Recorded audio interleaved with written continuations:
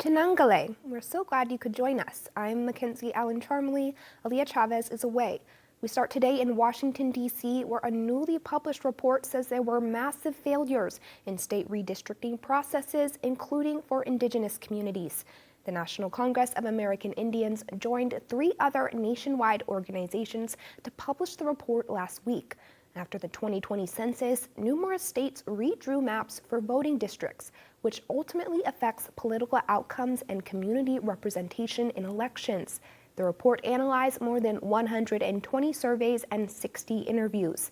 It offered grades to states based on their transparency and empowerment for communities of color, finding that only 2 states received an A grade, while 20 states earned D or F grades. Some with D and F grades included states with high Native populations like Wisconsin, North Dakota, and Idaho.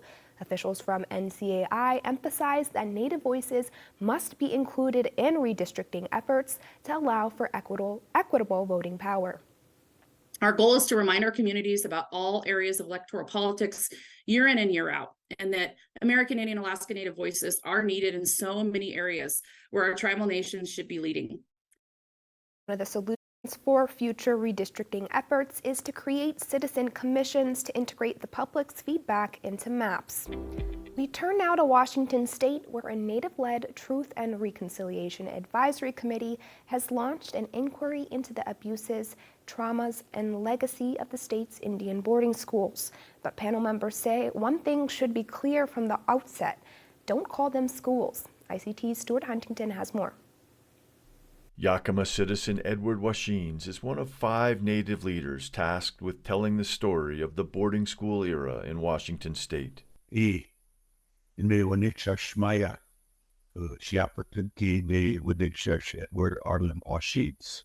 National Native American Boarding School Healing Coalition has identified 17 such schools that operated in Washington beginning in the 1860s.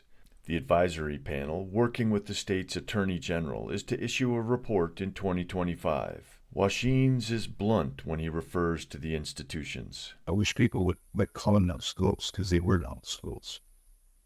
For all intents and purposes, we have schools today. We have our own tribal schools. So we know what schools are. We know what the purpose is. The purpose of those camps were not education. I would rather refer to them as concentration camps and not schools.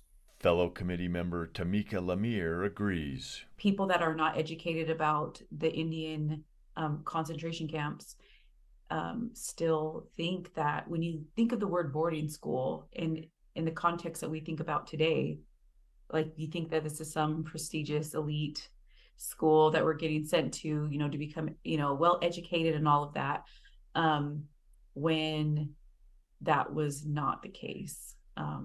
It was anything but good, shall I say. No, they're not schools. Because if they were schools, we would not have some of the lowest graduation rates and academic performance in the nation. The task for today: fully acknowledge the past and build a better future. Well, number one, my role, my individual role and interest in this group is for the benefit of the future of our children, and that the recognition of the atrocities that occurred during these establishments of the residential camps, that what it did to our people in terms of the total goal of annihilation of our culture, our tradition, as a means of getting rid of our people, doing away with our people in terms of beginning with the wars that were put onto our people. Many of them refer to them as Indian wars, but they were not Indian wars. Our people did not wage war on the United States government. All our people were doing was protecting our people, and protecting our foods, our people, our women, our children, our elders. And it caused a lot of trauma in that a lot of children in Yakima families were removed forcibly from their families. They were taken and put into this boarding school and were captured in terms of why they had to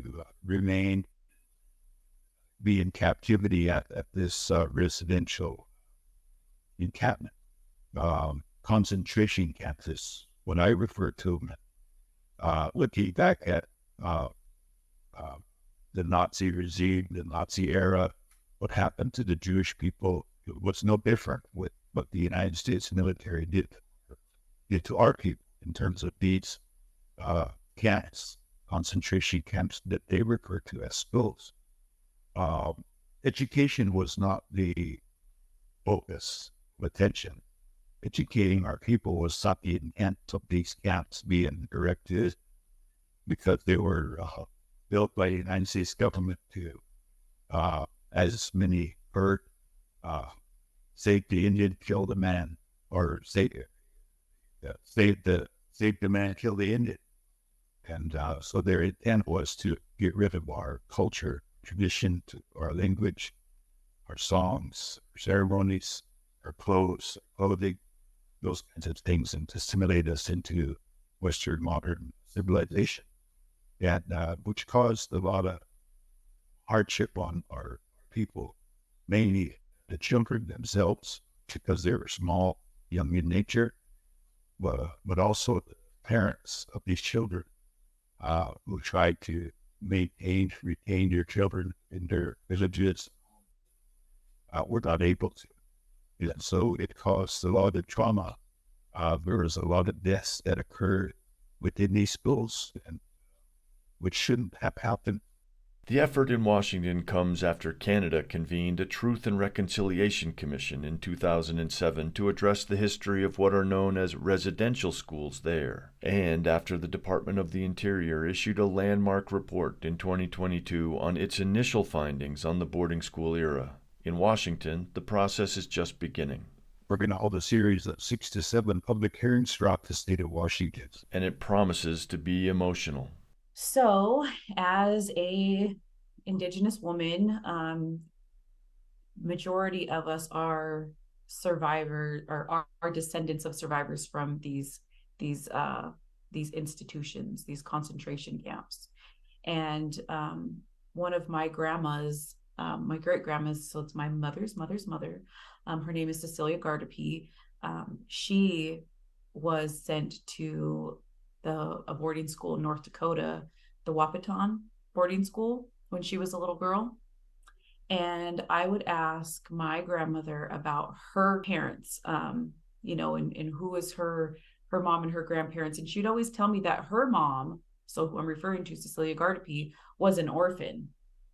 And I never understood that as I, started finding out more about our family history, and just her thinking, because she got sent to a boarding school, that made her an orphan, when she actually had parents that cared about her and took care of her. The inquiry, importantly, will be Native-led.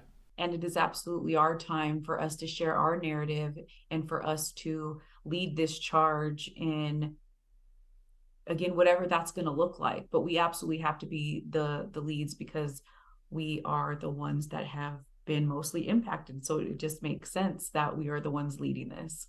The new initiative in Washington is also unfolding against the backdrop of efforts elsewhere in the country. The state of Colorado just released a report on the history of the boarding institutions there. That effort was spurred by work being done at Fort Lewis College, once the site of a boarding school where at least 31 students died. It is now a vibrant college with a 39% Native student body and a curriculum rich in Indigenous values.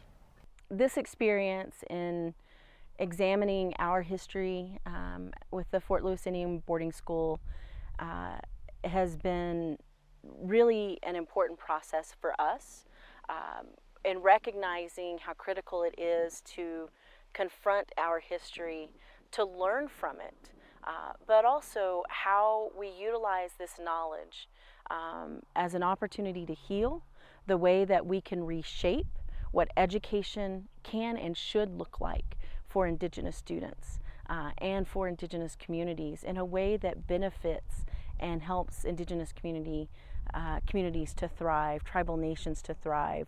And I think that it's so powerful for us to take this opportunity to truly reflect on that history, to learn from it.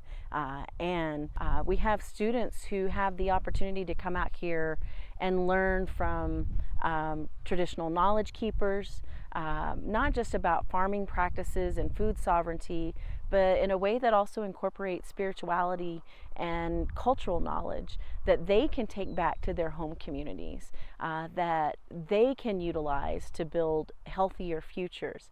And so when I think about that, I think about our students are really creating their futures.